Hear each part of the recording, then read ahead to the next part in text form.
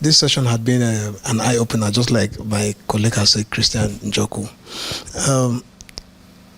Over the years, growing up in Calabar, I think I've come to know you as one of those lone voices out there who, will I use the word, speak truth to power. I remember sometime in 2018, consistently you've been criticizing the past administration, and there was a time you, even when the then governor moved to APC, you also made a statement and that it was a personal business, that it wasn't a collective decision or something like that. Then at some point, in short, you've been at the edge of always speaking truth to power, especially when it has to do with the past administration.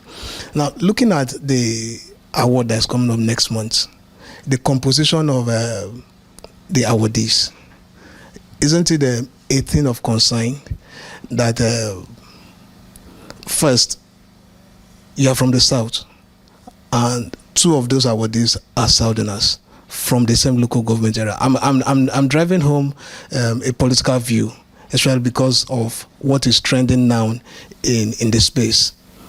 And currently, there's this cry of nepotism, especially from the incumbent governor. His appointments, especially, in short, that cry became at the height of it when the new head of service was appointed, which also is southerner and a Foxon for that matter. And a list of several appointments that were given to that tribe was reeled out, and a lot of agitations. Then the people of, I think, Ikoransa also put up a protest just this week, when the Subeb chairman was changed to another effect person. And just a few days ago, 400 names were reeled out as beneficiaries of the 800 million naira grant from the governor. And there's also a cry on social media that these about 300 of those names are southerners. So there have been this cry for or against nepotism from this administration, and you're giving an award, and 2 out of 4 are from the south and from the same local government. We also know the Udupani stuff, which has to do with the governor, the Senate, and the House of Reps and all that.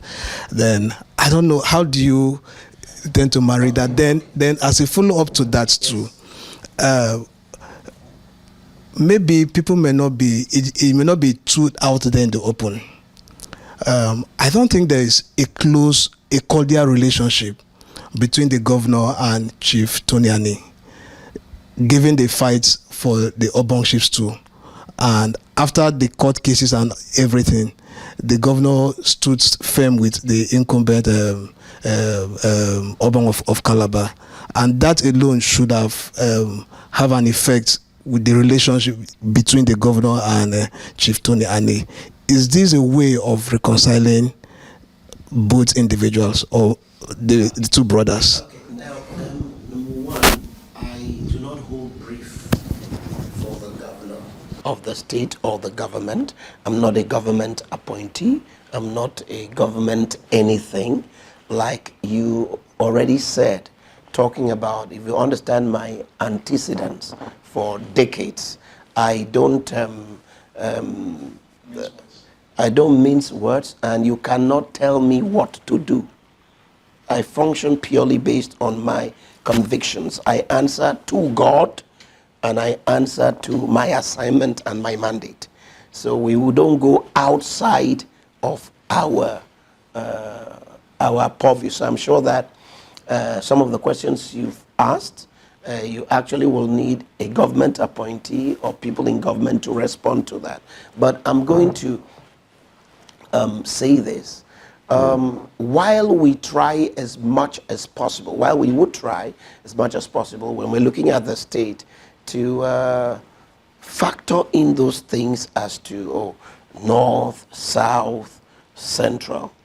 Now, if you write an exam in school and you're in a class and you write an exam and this one comes first, this one comes second, this one comes third. Even if you were three brothers and one came first, the other came second, the other came third, you're not going to say because you're brothers, so we take it from this, and it doesn't work like that. Now we are looking at, if you understand those names that have been mentioned and you know who they are, their depth, their weight, and what they did. And now I think it's actually mischief if you do not notice that first, all these men are old and advanced, and that for very obvious, the governor stands alone there, because of something that we've mentioned that is pressing. How do you ignore that and get into petty, unreasonable sentiments? We'll be talking about Cross River State today, if maybe we still remain in the pit. So before you begin to talk about anything, you should also be able to appreciate the fact that somebody came on the scene, saw the mess for what it was, and decided to travel a path which is not common. And I explained that. We've had governors who came in and refused to touch anything that the previous administration did because they just want to chart a path for themselves. And that amounted to waste, because it means whatever monies the state had invested, the previous administration invested is gone. They want to create something for themselves that people will say, this is this, But that has not been the case. So how does that relate to what you're, sometimes people just intentionally want to be mischievous. And so they turn a blind eye to truth that is staring them in the face. It doesn't make sense to me. And then number two, talking about, I don't see how that plays. We're talking about Destiny Awards. In case you do not know, my primary consuming drive has been the actualization of the prophetic destiny of Cross River State. So whether we're speaking truth to power or pushing for anything or advocating for anything has that to do with the state, it was towards the actualization of the prophetic destiny of Cross River State. So all we are saying is, look, let's identify and celebrate the men and women, of course, who have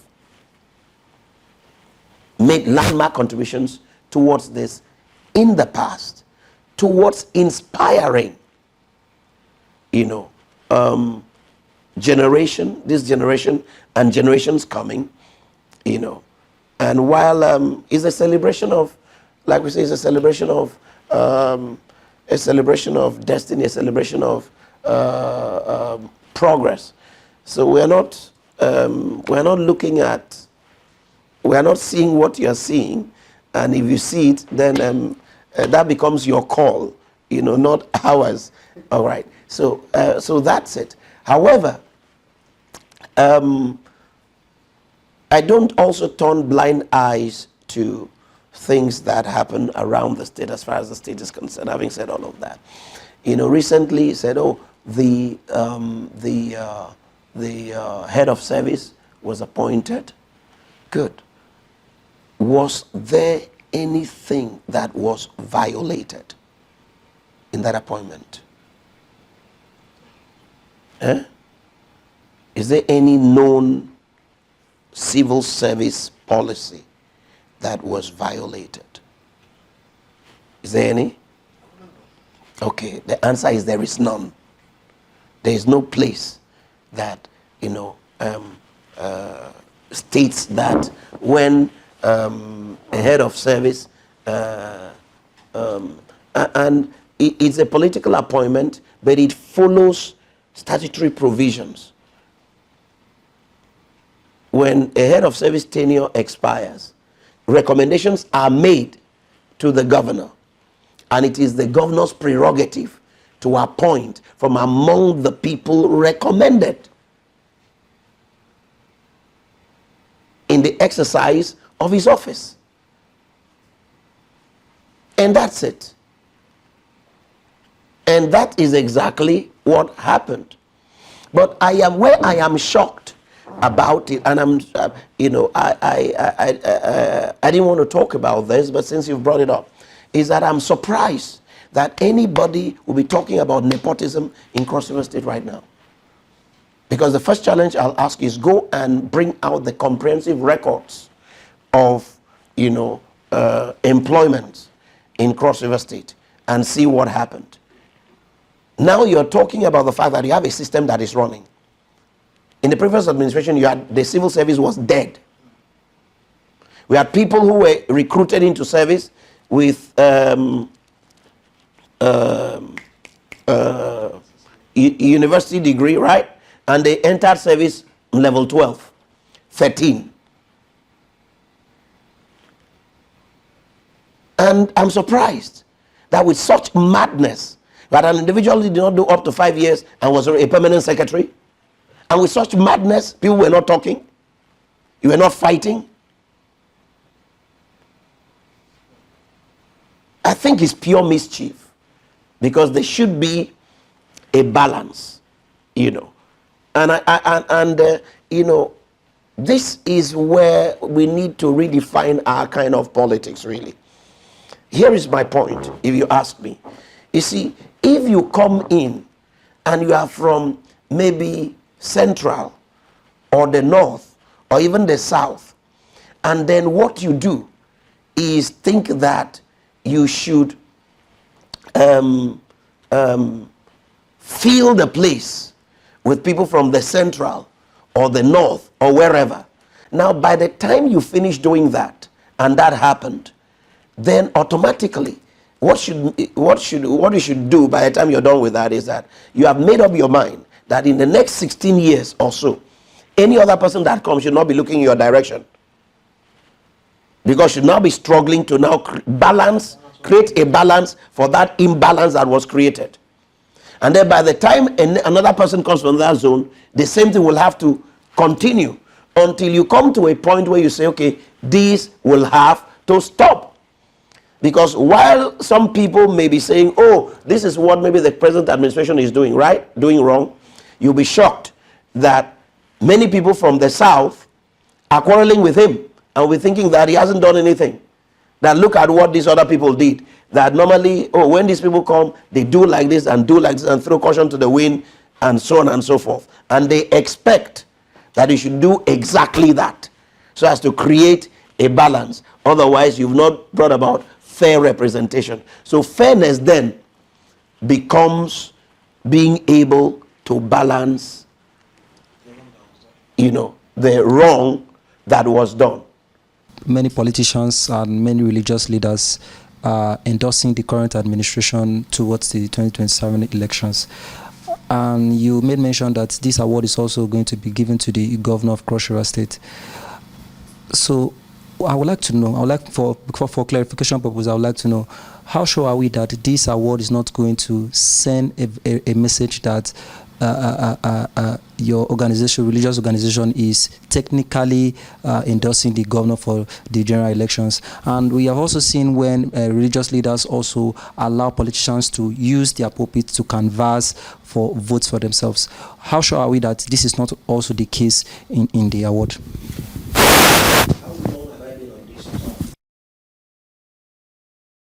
Because a man's antecedent and pedigree should speak for him. How long have I been on this turf? And how long have you been around? Because if you know, then you'll know that I've been involved in almost every administration in the last almost 20 years or so. Right? Good. It is on record that I would hold event, I feed, or we have dinners, have events, and people will come who we sue, governors and all of that, will finish, and I don't take a dime from it. I spend my money. So I don't know there's nothing anybody can offer. I'm not looking for anything. There's nothing I'm looking for at my stage in life. All right? If I'm hungry, I'm living amongst my people. I believe that if I'm hungry today, and I say that I am hungry, there should be at least one or two or more people who will be glad to send me a cup of Gary or so. Don't you think so? So I am. That is totally out of the question. But here is the thing. When someone has done something, if you were about to die and someone came and rescued you from death, I don't know how you now say it is. You now have a problem with saying that this is what this person has done. It becomes a problem when you say somebody has done something the person hasn't done. We are not talking about 2027. No. We're not even talking about, I don't know what will happen by 2027. But I'm saying that something has happened in the last 2 years that has changed the face of the state, has restored hope, has restored institutions. Because really, when you begin to think about a government, a government is only as strong as her institutions. Today you can make projections. Today you can wake up and say, okay, what is our IGR? You want to track what is going on. Today, EXCO meeting can take place, and at the end of it, you know that, okay, this is what took place. These were the discussions. This is the approval. This is the direction that government is going. It's not some mythical and magic thing going on that nobody has a direction and has an understanding of what's going on. That's not the folly we are talking about here. Which then creates opportunity for you to ask questions, make intelligent contributions when necessary, and so on and so forth. So when you come from the land of the dead to the land of the living, God expects that you celebrate and appreciate. And then, because that's a way of saying, hey, this thing that you have begun to do, this thing that you're doing, stay on this course. And I think that coming from someone who, if you get it wrong, I will tell you, you are wrong, you're getting it wrong.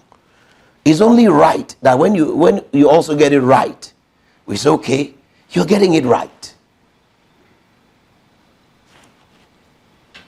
That's the fairest thing, I believe there is to do. When you're wrong, we say you're wrong. If you're right, we say you're right.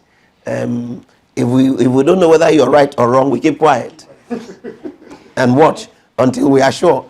The legacy foundation is really about the things that we have stood for. I can tell you this, traveling the path I have traveled and living the life I have lived in this period of my being on planet Earth has not been the easiest of things to do.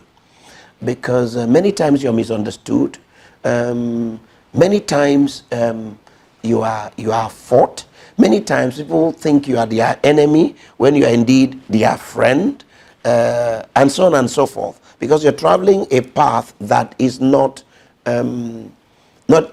easy, that is not normal, but you always look at the bigger picture, the greater picture. So the foundation seeks to perpetuate, the things that we have lived for, the things that we have pursued, such that, and put systems and structure in place, such that years after we probably would have been gone, those things, those ideals should continue. I give you an example. Like we talked about the previous administration, and you must know, as a father, I love every Cross Riverian. I love everybody. And so when we talk about the previous administration, we have nothing personal as it has to do with the leader of that administration. But we're looking at the system, the state, now, so, but when we had to address the things that were obviously wrong, everybody knew it, but nobody was willing to take it on or think that, look, this thing, we should do something about it, So you now realize when you travel such a path that you are literally alone in a state of almost 4 million people. And not because you are the only one, that sees it, that feels it, that understands it, but it's more like, okay, you're the one that is willing to die. You know, and it shouldn't be the case. I believe that we need to be deliberate about encouraging many others to rise. You know, you simply need to understand that, look, if it's good, then it's worth dying for. If it has to do with the collective good of your land, your people, or even humanity, then it should be worth dying for. And no man is truly worth the life he or she is living if that individual is not living for a cause that he or she can die for. You're not better than a beast. Even beasts would die for something. Yeah, so that is exactly part of what this is about. This is part of what these awards and part of what the our Legacy Foundation seeks to do, which has so many other sides to it. Since we are talking about the award, so we've just tried to focus only on that and not on the general, the broad spectrum activities and objectives of the foundation. But the foundation is into different things. The foundation is into humanitarian services. The foundation is into empowerments. By empowerments, you know, when you say empowerments, out there you think empowerment is about giving people money. You know, that's not it. You know, the first level of empowerment is mental empowerment. When you can create a mental shift and develop, creating people the capacity with which to generate results, generate revenue or income in a way that wherever you throw them into, they can stand and they can even see a future for themselves, then you're doing a much better job. Which, of course, I think that the major institution that does that in Nigeria and does it for free is the church. It's the church only that does it. What the church offers for free is what, if you go online, someone will tell you, give me 30, I'll give you 30 minutes and give you a talk or counseling, and at the end of the day, they charge you $1,000, $500 master classes. That is what churches do for free on a daily basis, and they're changing the minds of our people, repositioning people. So, but I'm saying that empowerment is, you know, much more than just giving somebody. And if you give somebody money, now, you give a poor man $1 million if you're poor in the mind, because poverty and wealth is a mind game. So if you're poor and you're given $1 million today, it's just a matter of time. The $1 million will leave you and go to those who have the wealth creating mind. And if you're also, you don't have anything cash and you have the mindset to create and attract wealth, it's just a matter of time you'll be able to generate that. So the foundation does, you know, is broad spectrum, like we said. There is advocacy, there is peace and reconciliation, there is orientations and reorientation, there are interventions, you know, rescuing vulnerable people out of different. So it's a broad thing, but we are on the Destiny Cross River project, and that is so key to us. Daddy, I would want to ask, you had made a statement and said that the business of politics is too serious to be left in the hands of politicians. And you have been at the forefront of talking to power, and frontly and straight so. How would we have a whole lot of younger people who seem to see politics as the glamour of the day, because they see people who go in there and then plunder leaving what is meant to be done undone? How do we get to having young people have the mindset of patriot, being a patriot in such a sphere of influence like politics, in line with the Prince Basi Ederotu position, as you see him as a one who has paid his dues in terms of patriotism concerning the sphere of influence politics? How do we get young people inspired into being dead and delving into the realm of politics and standing tough to become patriot? All right, I think that as a society we have a value problem, and we need to work on changing our value system, because you see, every society begets the kind of youths, the kind of leaders, the kind of citizens it deserves, actually. So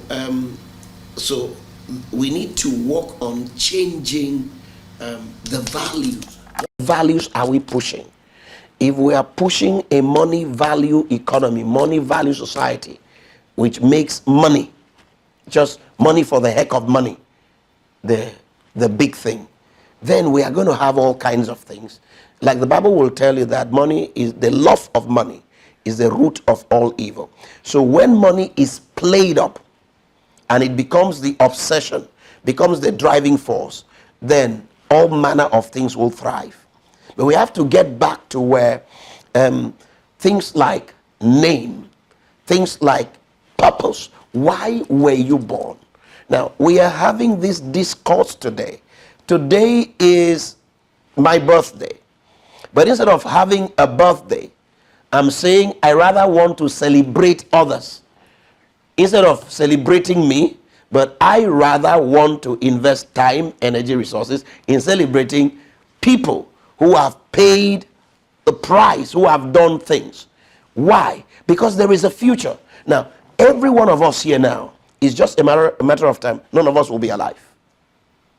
So the question then will be, when we are not here, who are the people who will take over the systems that we created?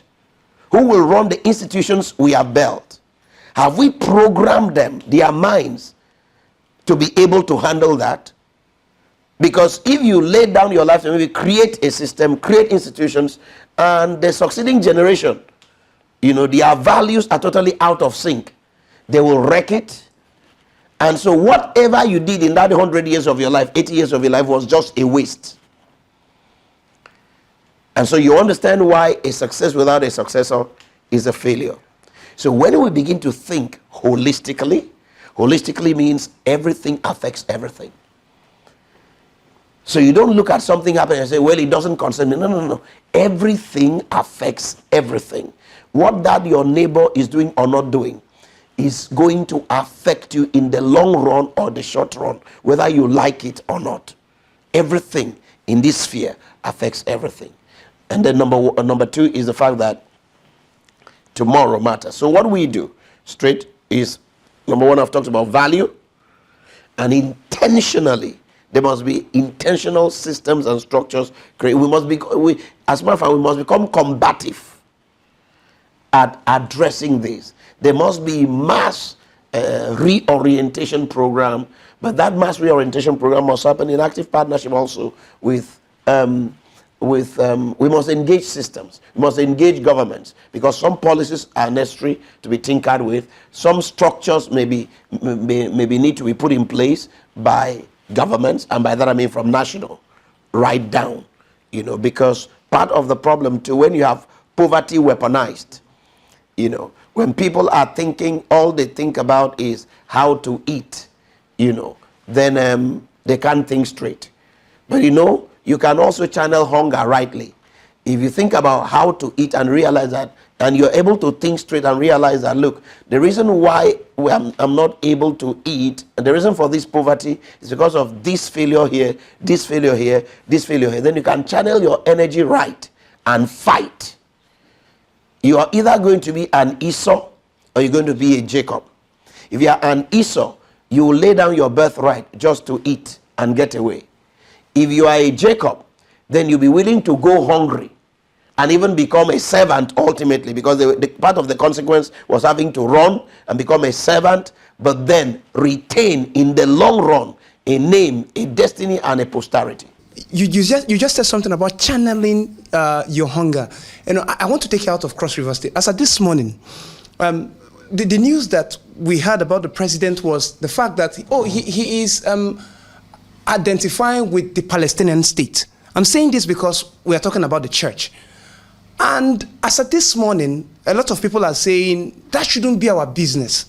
That we are also having similar problems, that the Palestinians and Israel, they have their issues. Well, and a lot of Christians are, well, no, we shouldn't do that. We should just be silent. Now, to you, as someone who is a Christian and a church leader, what is your take in that direction, even as it concerns us also having our own issues here, and we have not channeled our energy properly the way we should channel it, and we are looking at other issues?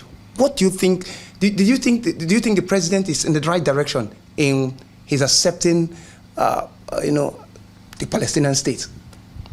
Okay, number one, I know enough to know that if you don't sit on a desk and have all the facts before you, you may not be in a position to say whether this decision is right or wrong.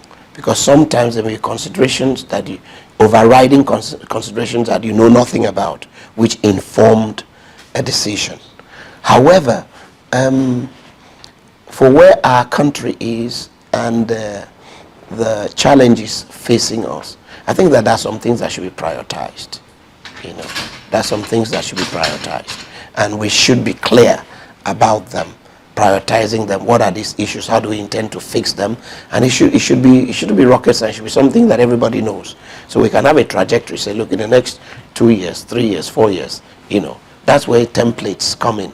Because when we all understand this is where we are going, this is what is happening, then we can get it right. But I said something a while ago. Every generation will have its own battles to fight. You are a failed generation when you blame your fathers for what you're suffering in your day, because your fathers did not blame their fathers. They fought their own battles and made their way out. There was a time when the crucial thing was the fight for independence. Some youths fought for it. That's why if you check the age of the of our Nnamdi Azikiwe, the Obafemi Awolowos, they were all in their 20s, thereabout. Youths fought. So the independence now were fought for by the youths. You look at the military incursions and all of that, youths. So the question you should be asking is, as youth, I think the youth should first be talking and say, wait a minute, who are we? What is the battle we need to fight? What battle are we even fighting? Are we fighting any battle? How come we're not fighting any battle at all? There were days when when the student union was a very powerful force, could grind government, even military, and all of that. But what do we find now? You have youths who are, in university and are thinking about different things, totally out of tandem with the good of the state, the good of the land, the good of the people, which still takes us back to patriotism. Who is willing to die? Who is willing to bail the cat? Well, life is about one thing. It's about purpose actualization. It's about dying to ensure that the generation after you meets the earth, meets your space better than you left it. And one player can't make a team win. All the players must work in sync for it to happen. So on this day, I want every Cross River area, and I want the government of the state, I want people all over the world to know that they matter. We celebrate them, and we celebrate every contribution made by every agent of light towards making this blue planet better in whatever way. And we need to do a lot more. We need to synergize a lot more. The future is brighter than we can imagine. But that brightness depends on what we do every passing day to make it happen. God bless Cross River State. God bless the government of the state. And God bless every Nigerian and every child of God around the world. Thank you very much. I thank everyone.